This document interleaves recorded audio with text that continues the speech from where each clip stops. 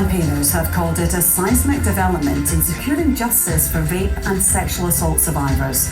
This afternoon it was announced that a controversial law around corroboration in sexual assault cases has been changed. It comes after Scotland's top lawyer, Lord Advocate Dorothy Bain, asked Scotland's appeal court to re-examine it. Now, there no longer needs to be evidence from two separate sources that sexual penetration took place. Instead, distress seen by an independent witness can corroborate a rape allegation. Well, to discuss today's development, we spoke to Sandy Brindley from Rape Crisis Scotland and the criminal defence advocate Tommy Ross. Tommy, so can you just explain what this change in the rape rules is going to mean in practice? The biggest change it will make is that cases which at the moment cannot be prosecuted because there's insufficient evidence will be able to be taken forward. So I think the big change will not be in relation to cases which we see in court at the moment, but it will relate to cases which never would have been taken to court but for this rule change. So is it to do with the victim's behaviour afterwards then? And so it means that there's no actual evidence of the incident needed, is that right? Penetration stood in an unusual position in Scots law. In other words, it required to be corroborated, and generally it was supported by either an admission by the accused that there had been penetration, usually under explanation that it was consensual, or alternatively it was proved by forensic evidence, DNA or something of that sort.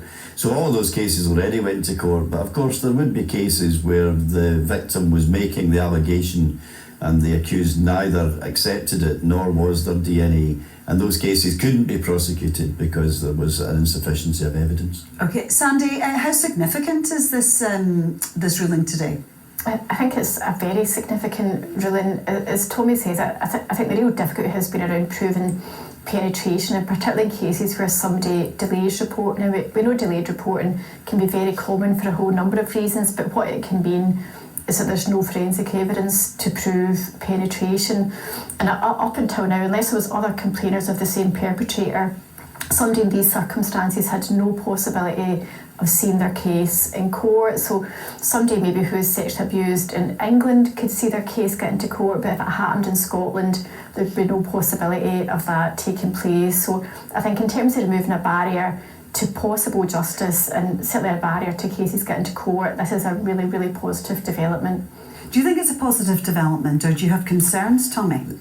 The single concern I have is that all of these rules exist to provide the accused with a fair trial, and sadly from time to time people make allegations which are not entirely true. So we always have to guard against it, that this is one less protection, and it will result in cases being prosecuted which hitherto would not have been prosecuted. So that is my only concern, but to be perfectly honest, it's not such a big jump from where we are in the law at the moment so far as corroboration is concerned.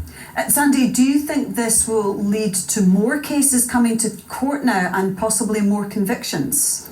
Yeah, I mean, I think the important thing to note is that it doesn't in any way change the burden of proof has to be beyond reasonable doubt. So I don't think it is necessarily going to have a significant impact on the conviction rate, as Tommy says. I think it is about potentially we're going to see a few more cases get into court where maybe there's really strong evidence, but the Crown aren't able to corroborate the penetration that previously couldn't have been taken to court that now can be. I think that is a good thing, but I think we do need to see it in the context of the range of reforms that are being considered by the Scottish Government and the Scottish Parliament. So this is really positive, but there's still a lot more that needs to be done, I think, in relation to people's experience of the justice process following rape. Do you think there'll be more convictions? I don't think there'll be more convictions. In percentage terms, I mean, distress is a factor in most cases, most rape cases which proceed at the moment, and as Sandy knows, some of those cases end in an acquittal even though there is distress. Some of them end in conviction. So, you know, I think it just means there will be many more prosecutions, and if there's many more prosecutions, then I suppose inevitably, even if 5% of those extra ones end in a conviction, then that brings about more convictions. But in percentage terms, no.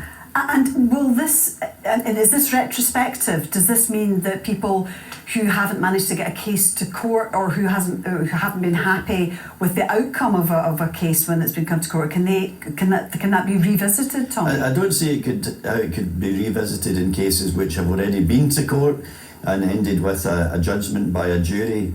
I think it will have an effect in cases which have never been taken up. And I suspect a lot of people who have been told by the police or the Crown, your case has not been taken forward because we couldn't prove penetration, will be lifting the phone or going to their email to say, well, what happens now, because what we understood the law to be turns out to be wrong. So Sandy, just to finish, you see this as a positive step in the way rape cases are treated in Scotland, that you have done so much, you feel that so much has to be improved upon in Scotland? Yeah, absolutely. And I'd just like to pay tribute to all the survivors, particularly survivors of childhood sexual abuse, that have really campaigned hard for this change. I think it is testament to their work in raising the injustice of the current system. Okay, Sandy and Tommy, thank you very much indeed for joining us this evening. Now, a war of words.